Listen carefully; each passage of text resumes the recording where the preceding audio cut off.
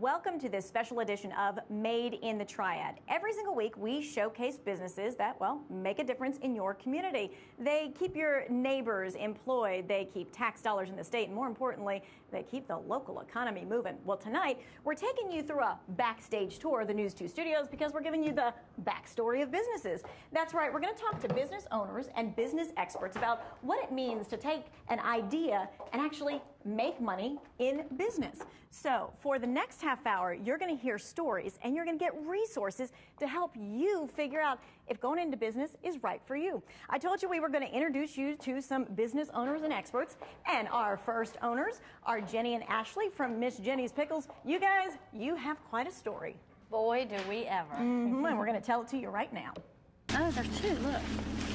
For partners Jenny Fulton, My field of dreams is my field of green, and it's pickles. and Ashley Furr, We are trying to jar as many cucumbers as are coming out of the fields. 2009 marked the year that dreams really did come true. I can't believe my pickles are in the grocery store, but they are. Miss Jenny's Pickles, tingle your taste buds. The first recipe was a basic recipe from Jenny's grandmother. The two tweaked Grandma's recipe to create the first salt and pepper pickle. I need yellow, please, Miss Alicia. Now the company makes 4 varieties. These are actually being custom made for Dean and DeLuca today. This year of success has been a pleasant surprise and a big turnaround. These two co-workers found themselves in a pickle not too long ago. We were both in the financial industry together. We worked together. I was laid off in June of 2009, and Jenny was laid off as well. Out of work, they needed to reinvent themselves, but they wanted to continue to work together. Jenny had always made pickles.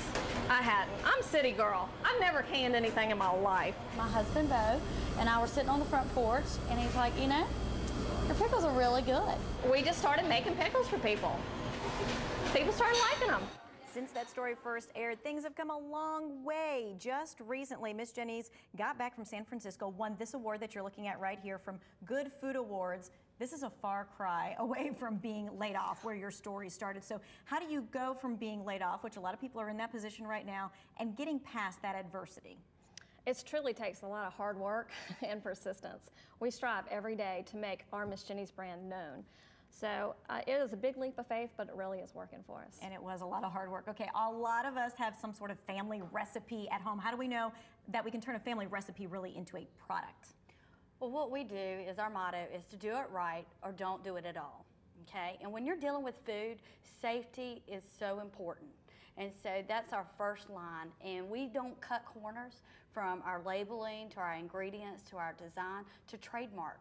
Trademarking, everything is important. And you had to do some research to find out the pickle market and all that kind of stuff, so it took some time to do that. All right, so what do you do if, let's say, you have a product and you want to get it on someone's store shelf? How do you get from point A to point B? Well, there's a couple different routes that we take.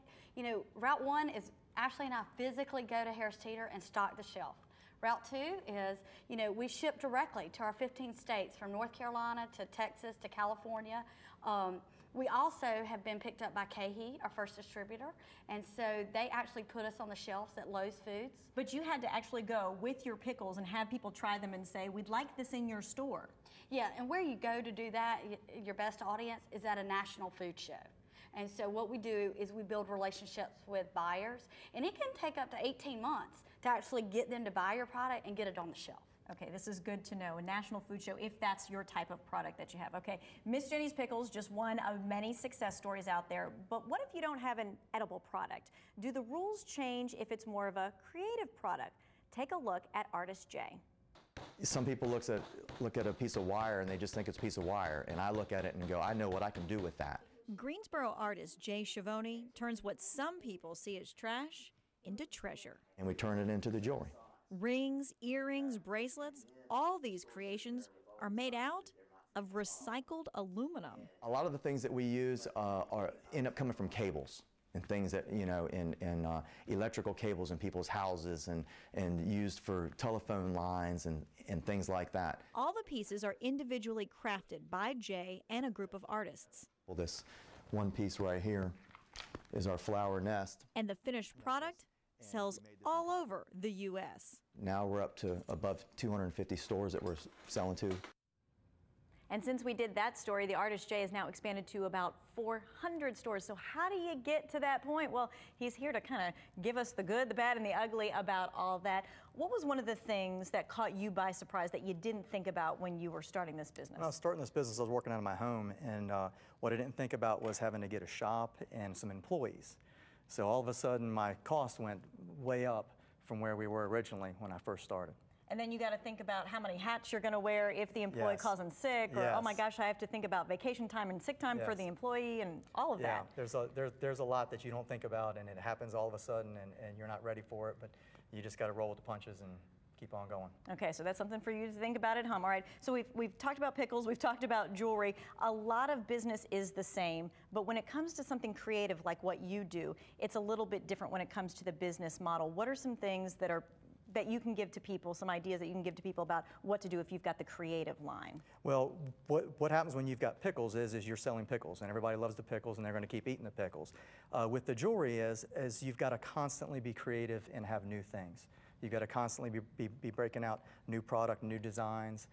You know, your things are going to sell great, and they're doing wonderful, but then if they stay in a store for a long time, they start getting a little old, and customers are always coming in going, what's new, what's new, what's new? So I constantly have to be bringing out new stuff, and with wearing as many hats as I wear, that's a little difficult sometimes. Okay, so be aware of that if you've got the creative side. And very quickly, something else you also looked at that you said was very important was price point. Price point. When I started my business, I knew that I started right in the beginning of this economy that we've got right now, and I knew if I don't have a good price point, people aren't going to buy it. So I priced my things for the retail end to be at a price point where people will still spend money. Yeah. You know, and that's something you got to be considerate of. You had to do the research there. Okay, every small business startup experience will have some differences, but a lot of them are going to have some of the same similarities, like you said, the price point. So whether it's jarring pickles or creating jewelry, every prospective business owner should be doing this. I want you to take a look at what we've pulled up live on our computer for you. This is the Small Business Administration's website, and on this page are 20 questions every prospective business owner should ask themselves. Now, here's a few questions to get you thinking. We'll be talking to an SBA expert later on in the show.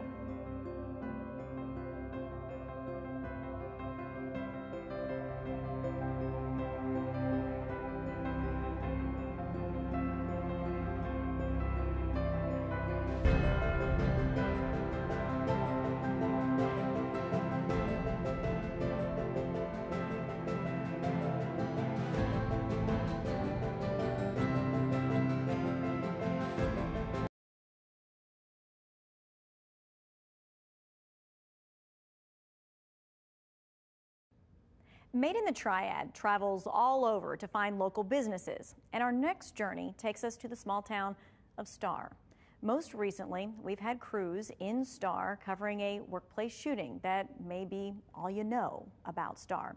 But tonight, we hope to change that. And that's why we've invited the mayor of Starr, Susan Eggleston, to talk about what small businesses mean to small towns and what the responsibility we all have to support the business. Thank you so much for joining us. Thank you for having me. What is our part to support these businesses? I think the big part is to just let people know about them. We have some really exciting things going on in Starr, and the business community is one of them. Carolina Growler is just an example of a business that is just opening doors for people in North Carolina, and especially in Montgomery County and Starr. Carolina Growler, that they sell to the military, and we're showing some video of Carolina Growler right now. You can see it over my shoulder. How can we support businesses like that even if we're not buying that product?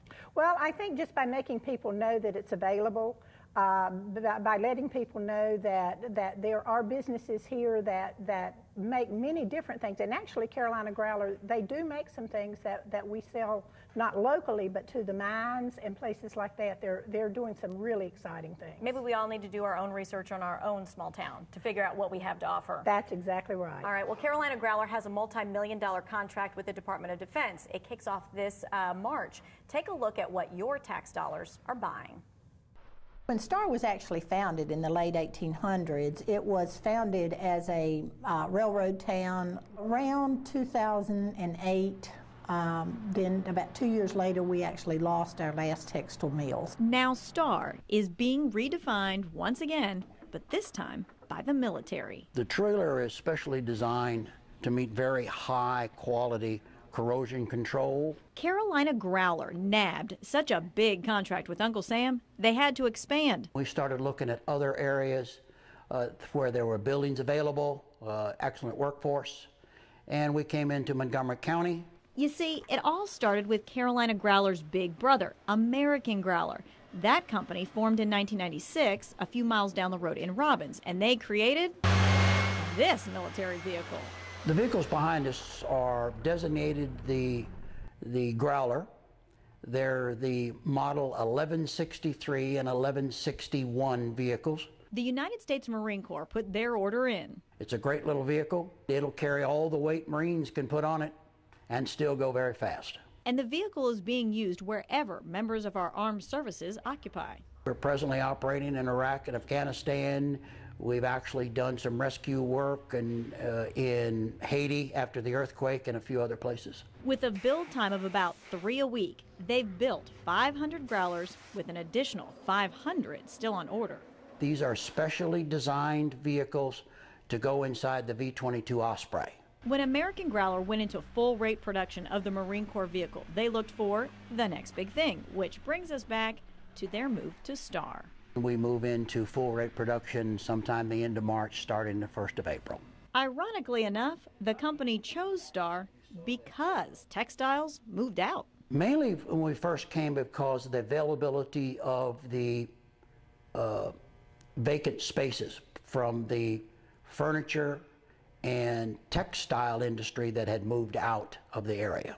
At the Starr location, the company builds munitions trailers for the Navy and Marine Corps. Right now, the total government requiring is 800 trailers, and this company will be building this trailer for the next 5 years here. It's huge.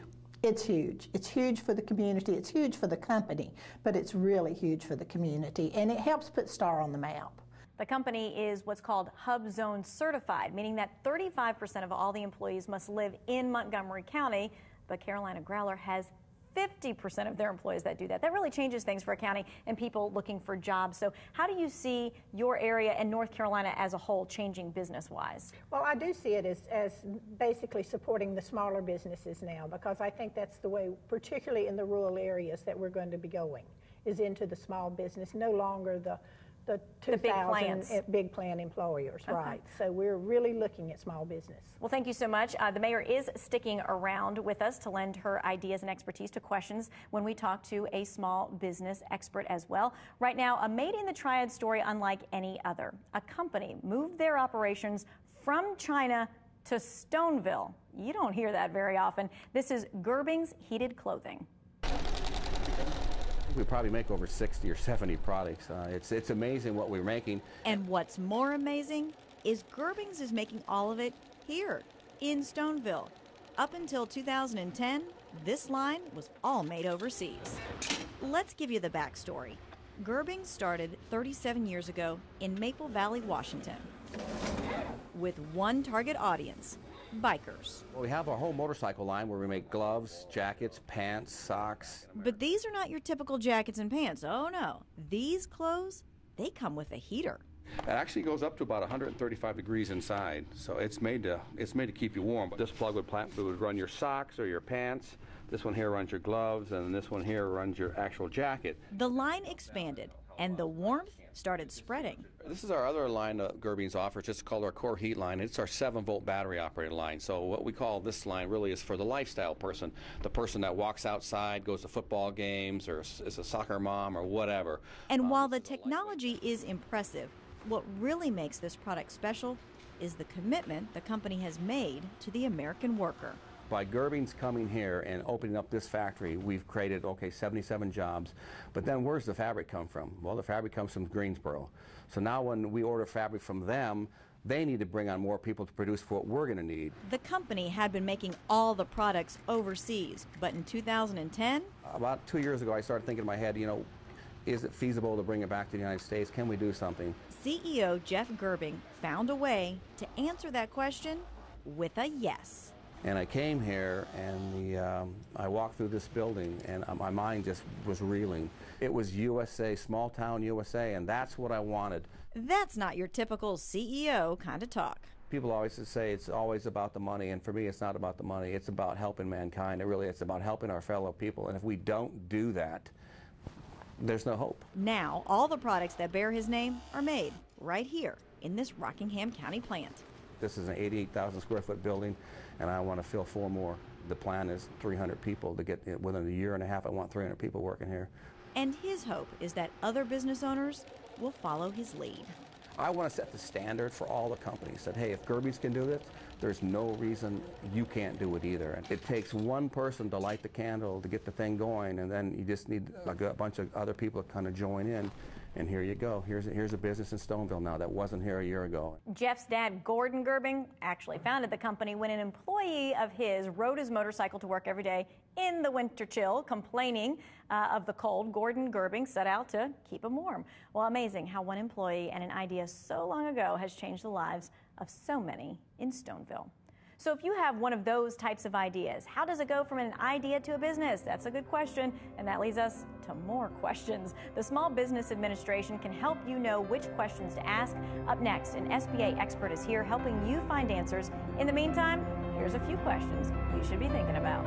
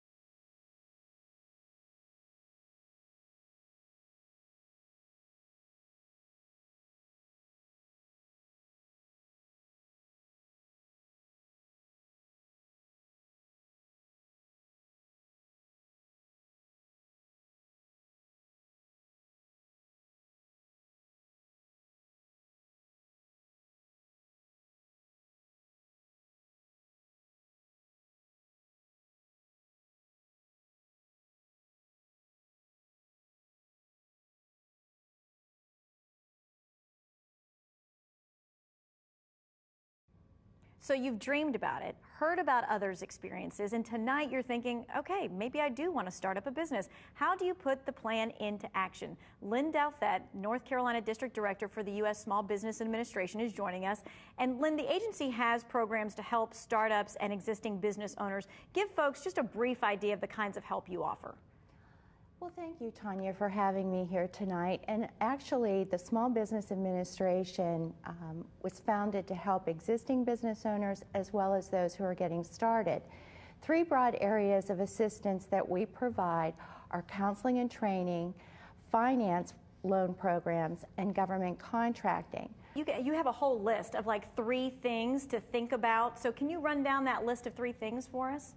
Well, number 1 would be to assess yourself as an entrepreneur. Do you really have the quality that it takes to be a successful small business owner? Then you'd want to look at whether or not you fit the business. Is it the type of business that is needed in the marketplace? Do you have the education and relevant experience to do the business? And then finally, look at your financial situation. How much money do you actually have to invest into the business, and what does your personal credit look like? Because your credit score does matter, especially in the environment that we are today. Oh, that is good to know. All right, Lynn, we have a round table here in the studio with small business owners and the Starr mayor as well. And we want to talk about the things that people overlook or don't think about when they start the process, and then how to get prepared. So, Jenny, let's start with you. What first comes to mind? Well, you need capital and you need resources. You really got to set goals. Everybody's different and they want to accomplish different things. Like last year, Ashley and I wanted to export. Well, we wrote that down in January. In October, we exported to China. Not everybody wants to do exactly what we did, but you got to have resources, and it always takes a lot of capital, more than you ever know. Okay, with capital outlay and things like that, Lynn, what do you have to add to that with the SBA? I would say that the finance programs are the biggest driver that SBA has to help small businesses. In fact, from 2009, February, when the Recovery Act was initiated, through the Jobs Act, SBA in North Carolina has provided over 3,100 loans almost totaling $1 billion in access to capital to our small businesses. So quite honestly, financing these entrepreneurs is number one. All right, so that's part of it, which is good. So not just advice, but money too, depending on what your credentials and things are. All right, Ashley, let's talk about this because you guys went into business as friends. How does that work? Because that could get a little sticky. Well, actually, we were in a past business before this, so we were business partners before we were friends, and then we became friends. But we function so well together now. If she's the left hand, I'm the right, so I couldn't ask for a better friend or business partner. Okay, well, I'm sure there's some guidelines, too, that the SBA says about that. So, Lynn, what is your take on that? What do we need to know? Well, I would agree, and it's really important to look at your core value system because that definitely makes a difference in how you work together, and not to let the business come between the friendship. And then finally, having a good partnership agreement so that everybody knows that they're playing out of the same playbook. Gotcha, okay. And Susan, the last question for you. How can towns or municipalities help fledgling business owners that maybe we don't think about? I think just by making them aware of things that are available through the Small Business Bureau, and especially job retraining. Because we have a textile base, we need retraining, and it's out there. And the people just need to know who to reach out to. Gotcha. All right. Now, Lynn, one last question for you. When you think of the two things that most people overlook by budding business people, you know, what are those two things? Well, what I've heard most people say, Tanya, is that it's actually cost them a lot more than they thought it would, and it took a lot more time for them to get their business launched and make a profit. So be prepared for the unexpected. Be prepared for the unexpected. All right. Thank you, Lynn, and thank you for giving us your expertise and your advice and your thoughts on business as well. All right. This is just the beginning of the questions that you should be searching answers for if you're thinking of starting your own business, but it is possible. We've seen it done. It takes planning, though. We have a whole list of resources from the Small Business Administration and more on our website, digtriad.com. You can search Made in the Triad for the list of resources and the many stories that we have done on businesses right here. We hope to one day be doing a story on your business that is made in the Triad. If you know of a business that we should showcase, let us know at MIT@WFMY.com. And to get you thinking once again about how your business could figure in, here's a little more inspiration. Manufacturing is what America was built on, and it's slowly fading away. That may be the pattern, but the folks at Texas Jeans in Asheboro are working hard to keep the American dream alive. It just seemed wrong that Texas Jeans should be made anywhere else other than here in the States. It's the brand that you know, but with a taste from the Piedmont. From Eden, North Carolina, correct. That's right. The Rockingham County Miller Coors plant is the only place that brews and bottles your ballpark treat. We produce many products, but probably most prominent for us are Miller Lite, Coors Light. The Rockingham plant quenches the thirst of shoppers from Maine to Florida as well. Woo! Come on, girls! His favorite grass mower Come on! is really a mooer. If they hear me, they'll come. From the day they're born, get their milk from their mothers, and then they start on grass and till the day they're harvested. The fields they graze on are all natural too. Our pastures, we don't put any commercial fertilizers on them. This creates a lean, gluten-free cut of meat. I never started out to have a business. It all just happened. This mother of four was looking for children's clothes. When I went online, I just couldn't find anything that really interested me. Brandy Tysinger Temple had a problem, so I decided that I was going to go to the store and buy some fabric, some patterns, and just make a few things. That was 2006. Fast forward 5 years later, and her solution has a name. Lolly Wally Doodle. You know, a lot of these machines are so rough, they should never work again. I take them all apart and get them going. Inside this Forsyth County basement, Clark Whittington, It's always going to be dog fur with every Artemat machine, and his sidekick Jethro take pieces of the past and repurpose them to create his own form of art so he can sell art. With Artemat, it does bring up a lot of nostalgia. The Artomat no longer dispenses smokes. That's how it works.